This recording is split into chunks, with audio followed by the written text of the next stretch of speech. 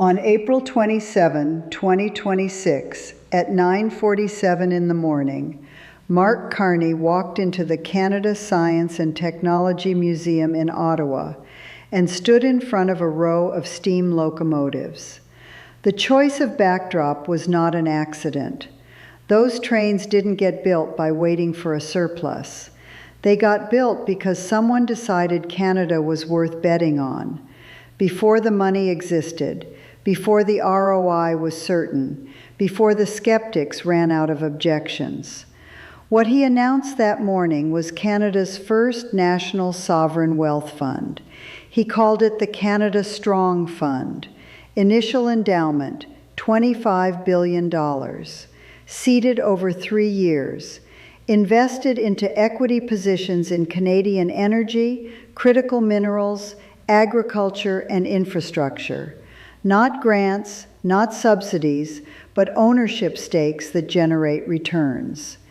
And here is the thesis that every financial journalist, every opposition MP, and every Bay Street analyst missed in the noise of the press conference. This fund does not just change Canada's balance sheet. It changes Canada's leverage position against the United States permanently. Think about what has been happening for the past year. The Trump administration has been running an explicit economic pressure campaign against Canada. Tariff threats, annexation rhetoric, public declarations that Canada is an economically dependent satellite that can be squeezed into compliance. And Canada's counter-strategy, under Carney, has been methodical and disciplined, maintain retaliatory measures, refuse to negotiate under duress, and now structurally dismantle the dependency that made the leverage possible in the first place. That is what the Canada Strong Fund is. Not an announcement, a structural counter-move. Think about the welder in Fort McMurray, the nickel miner in Sudbury, the LNG technician outside Prince Rupert. People whose work generates the resource wealth that has flowed out of Canada for generations, while the value-added processing, the patents, the financial returns all happened somewhere else. The Canada Strong Fund is the first institutional mechanism ever built at a federal level to capture that return for Canadians. Not someday, starting now. We know this because 3 separate government documents confirm it. The Prime Minister's Office release dated April 27, the Canada.ca Backgrounder published the same morning, and the Spring Economic Update tabled the following day in the House of Commons by Finance Minister François-Philippe Champagne. We've seen the governance framework. We've seen the mandate language. An independent board of directors, a CEO with a professional investment mandate, a new Crown corporation operating at arm's length from government, transparent public reporting, returns measured against real benchmarks, and critically, a retail investment component, which means ordinary Canadians, not just Ottawa, get to own a piece of the upside. The critics showed up fast, and the loudest voice belonged to Conservative leader Pierre Poilievre. He called it a sovereign debt fund, said Canada has no wealth to put in a wealth fund, and framed the $25 billion as money going on the national credit card. It's a clean line. It will clip well on social media. It is also wrong in a way that matters, and we'll get to exactly why in a moment. But first, let's reconstruct what actually happened inside that press conference, because the psychological subtext of that room tells you more than the headline numbers do. Carney stood at a podium flanked by the physical artifacts of a prior era of Canadian nation-building, the locomotives, the machines of the Transcontinental Railway, and he made a specific rhetorical argument out loud. He said, like the Canadian Pacific Railway, the major projects his government is trying to build will mostly be constructed by private companies. But the government will hold the ownership position. The government will take the equity stake. The government will earn the return. The journalists in the room asked the obvious question: where is the $25 billion coming from, given Canada's fiscal situation? Carney's answer was precise. He didn't dodge.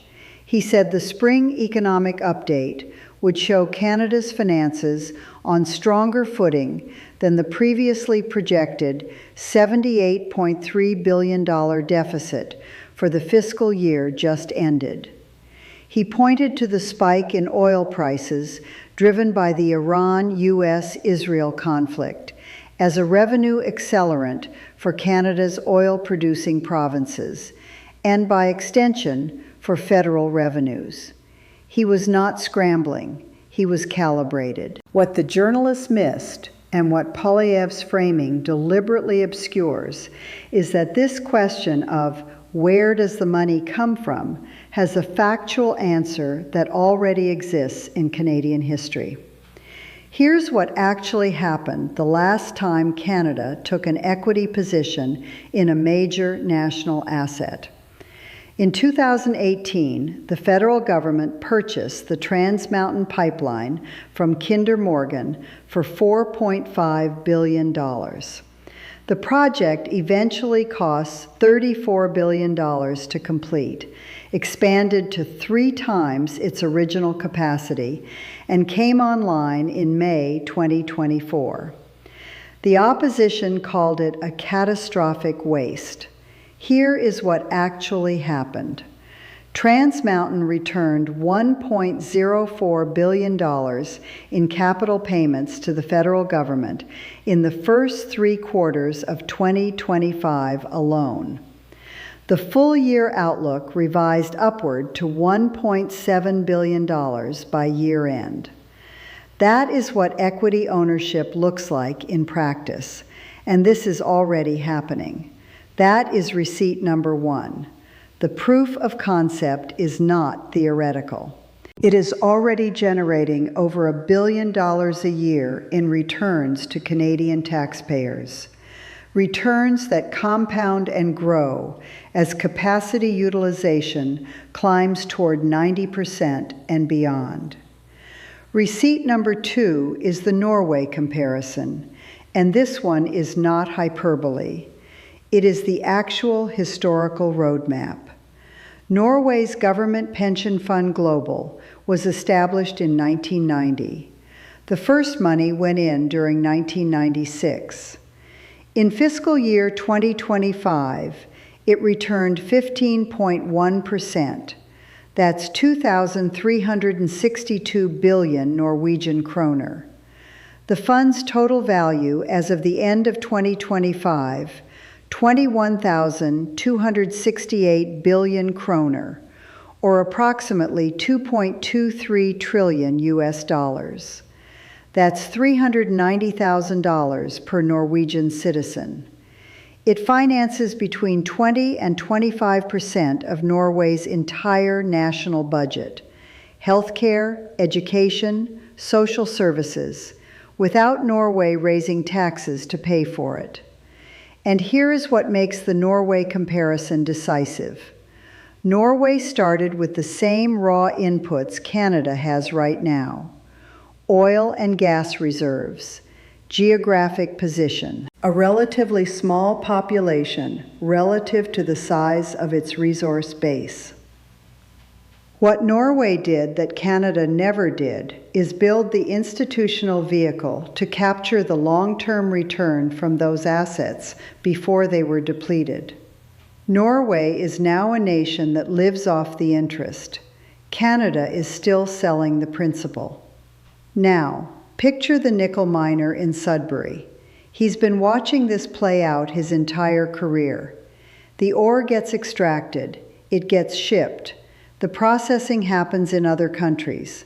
The value-added manufacturing happens in other countries. Canada collects a royalty check, a wage, and a headline. The Canada Strong Fund is the first federal mechanism designed to change which step of that chain Canada owns. For him, that's not abstract. That's whether the next generation of workers in his city is doing the same extraction work at the same wage, or whether they're working in a Canadian-owned processing facility with equity upside that compounds over decades. Receipt number 3. Canada has $126 billion worth of nation-building projects already in the pipeline. Since September 2025, the Major Projects Office has had 15 projects referred to it and 6 transformative strategies in development, covering nuclear, LNG, critical minerals including nickel, graphite, and tungsten, and transportation infrastructure. These are projects that already exist, already have economic cases, and are waiting for patient capital. The kind of capital that doesn't demand a quarterly return and won't flip the asset the moment a foreign buyer shows up with a premium offer. That last point is the one nobody is talking about, and it is the part of this announcement that changes the most about Canada's long-term competitive position. Here's what every other outlet is missing. The conversation about the Canada Strong Fund has been almost entirely focused on the headline number, $25 billion, and on the fiscal question of whether Canada can afford to seed it. What that framing misses entirely is the second-order consequence, the innovation capture problem that has quietly gutted Canadian economic competitiveness for 20 years. Here is how the cycle has worked. A brilliant idea gets developed in Canada, at a Canadian university, by a Canadian team. It gets to the critical growth stage, the moment where it either scales into a global company or it gets acquired. At that exact moment, it gets underfunded by Canadian institutional capital, gets bought by an American or European or Asian company for a one-time payment, and then those buyers capture the global returns for the next 2 or 3 decades, while Canada collects a press release and a local office with 40 employees. Let me translate that into plain English. Canada has been functioning as a research and development lab for the global economy. We generate the ideas, we train the talent, we do the early stage risk, and then we hand the upside to whoever has the patient capital to see it through. The Canada Strong Fund, specifically the provision for equity positions in Canadian companies at scale, is the first federal mechanism designed to break that cycle. It is not just about pipelines and mines. It is about letting a Canadian AI company, a Canadian battery technology firm, a Canadian clean energy startup become a global player before it gets acquired by a competitor with deeper pockets. Drop your answer in the comments right now. I want to know what you think. Will this fund still be operating at full independence from political interference in 10 years? Yes or no? Because that answer determines everything about whether the promise gets delivered. Now here is what you are about to understand that I haven't seen explained anywhere else. The strategic logic of the Canada Strong Fund only becomes fully visible when you understand what the United States is simultaneously doing south of the border and what it tells you about who actually has leverage in this economic relationship. First analytical move. The U.S. Department of Energy is providing up to $44 billion in credit support for an Alaskan LNG project. That is sovereign capital, American sovereign capital, being deployed to compete for exactly the same energy infrastructure that Canada is sitting on. Washington understands that the country that owns the infrastructure, not just the commodity, wins the long game. What that actually tells you is the Americans are not running this pressure campaign against Canada from a position of strategic confidence. They are running it because they know that if Canada builds out its own processing and export infrastructure, The United States loses its position as the essential downstream buyer and market maker for Canadian resources. Second analytical move. Canada holds some of the largest reserves of lithium, cobalt, and rare earth minerals on the planet, the materials that determine who leads the clean energy economy for the next 30 years.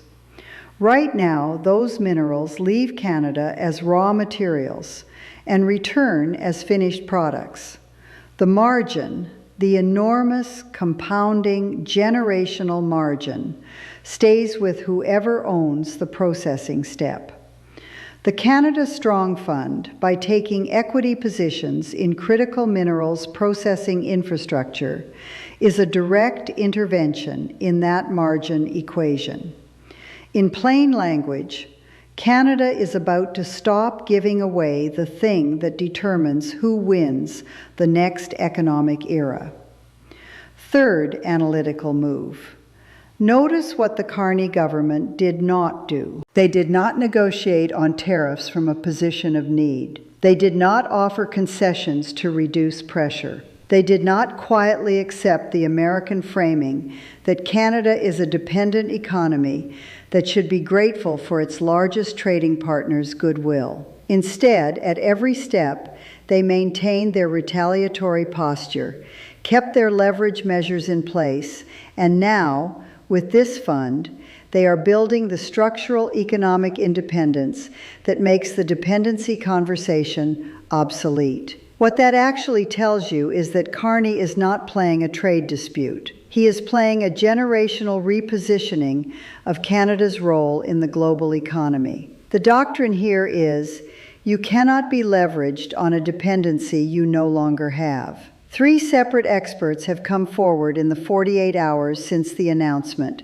and their alignment across ideological lines is significant. John Ruffalo, founder of Mavericks Private Equity and one of Canada's most credible voices on institutional capital, said he is highly supportive of the fund, but wants to see the governance structure done right.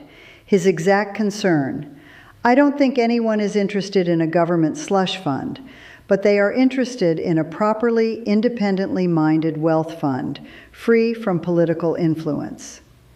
Scotiabank economist Derek Holt acknowledged the fund is quite small by international standards, but said it could grow rapidly if it is well managed, and pointed out that Norway's fund faces restrictions on domestic investments, while the Canada Strong Fund is specifically designed to invest in Canadian projects, which is a structural difference that could drive faster early compounding. Brett House, professor of economics at Columbia Business School, noted that most sovereign wealth funds are seeded with surplus revenues, and that Canada is starting from deficit, which is unusual. He did not say it was disqualifying. He said it was unusual, and that the quality of governance would determine whether the unusual origin becomes a liability or an irrelevance. And when economists across the ideological spectrum agree that governance is the single decisive variable, you pay attention. To be fair, the critics are raising real questions, not just political noise. Poilievre's core argument that countries with sovereign wealth funds typically start with surpluses, not deficits, is factually accurate. Norway had oil revenues to invest. Singapore had trade surpluses. Abu Dhabi had energy windfalls. Canada is starting this fund while running a deficit, and that is a legitimate structural difference. The second counter-argument is the Alberta Heritage Fund precedent. Alberta's Peter Lougheed built a provincial sovereign wealth fund in the 1970s with exactly the right instincts: convert oil wealth into a long-term investment vehicle. Political interference, short-term thinking, and repeated raids on the fund's capital turned a generational wealth vehicle into what critics describe as a rainy day fund that grew to only $31.9 billion over 50 years, a fraction of what Norway's discipline produced. Both of these are real risks. But here is the structural rebuttal.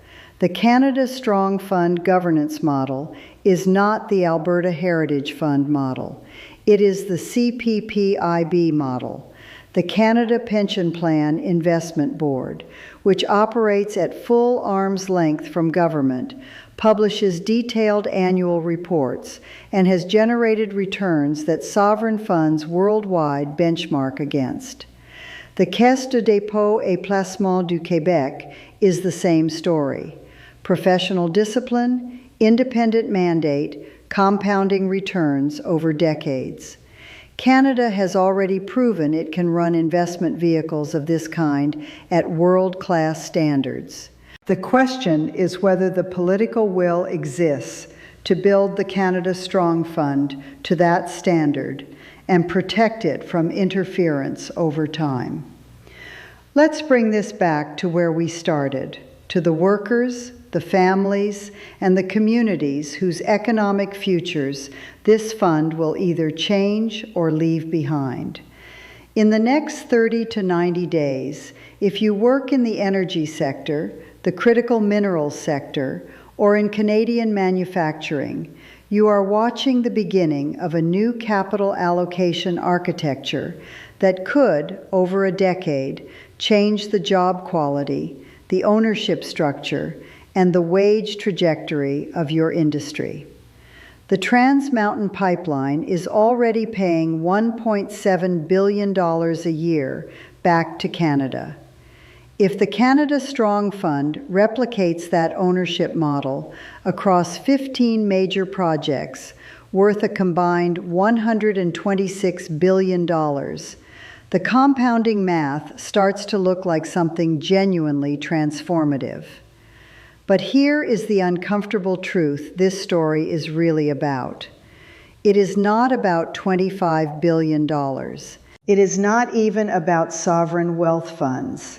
It is about whether Canada is willing to make a generational bet on itself, to choose ownership over extraction, patient capital over quick sales, and structural independence over the easy convenience of letting someone else do the hard part and take the return. The Canada Strong Fund is Canada's answer to that question. For the first time at a federal level, the answer is yes. Consider the worker in Fort McMurray again. Two scenarios. Scenario 1, the fund gets politicized, the governance fails, the projects become patronage, the capital gets misallocated, and 20 years from now, Canada is still shipping raw materials out and importing finished products back. His children work the same jobs at the same wages. The dependency persists, the leverage persists. Scenario 2, the governance holds. The independent board operates with the discipline of the CPPIB. The fund takes equity positions in 15, then 50, then 100 major Canadian projects. The compounding begins. The critical minerals processing industry in Canada becomes world-class. The clean energy technology companies don't get sold off. The returns flow back into the fund. The fund grows. 20 years from now, Canada is having Norway's conversation, not about how to afford public services, but about how to allocate the returns from a multi-trillion-dollar national asset base. There is one thing Mark Carney has not said publicly, and the silence is the tell. He has not said what the fund's return target is. He has not benchmarked it against the CPPIB, against Norway, against any external standard. That absence, the missing accountability metric, is the one thing critics on all sides should be demanding before the governance framework is finalized. Here are the specific dates and milestones to track. The Spring Economic Update was tabled April 28, 2026. That document reveals the fiscal math behind the $25 billion seed and the deficit projections that will determine borrowing costs. Watch it closely. The Canada Strong Fund Transition Office begins market consultations immediately. The outcome of those consultations, expected within 90 days, will determine the fund's initial investment mandate and whether large pension funds like CPPIB and CASE are brought in as governance partners or kept at arm's length. The first formal board appointment is expected before the end of Q3 2026. The independence of that board chair will be the earliest, clearest signal of whether this fund is built to the Norway standard or the Alberta Heritage Fund standard. The Canada-US tariff framework is subject to ongoing negotiation. If Canada secures a durable trade agreement before the fund makes its first major investment, the strategic rationale shifts from defensive to offensive. Watch for that pivot. And the 15 major projects already referred to the Major Projects Office will begin their expedited approval process under Bill C-5. The first project to clear that process and receive Canada Strong Fund equity will set the precedent for every investment that follows.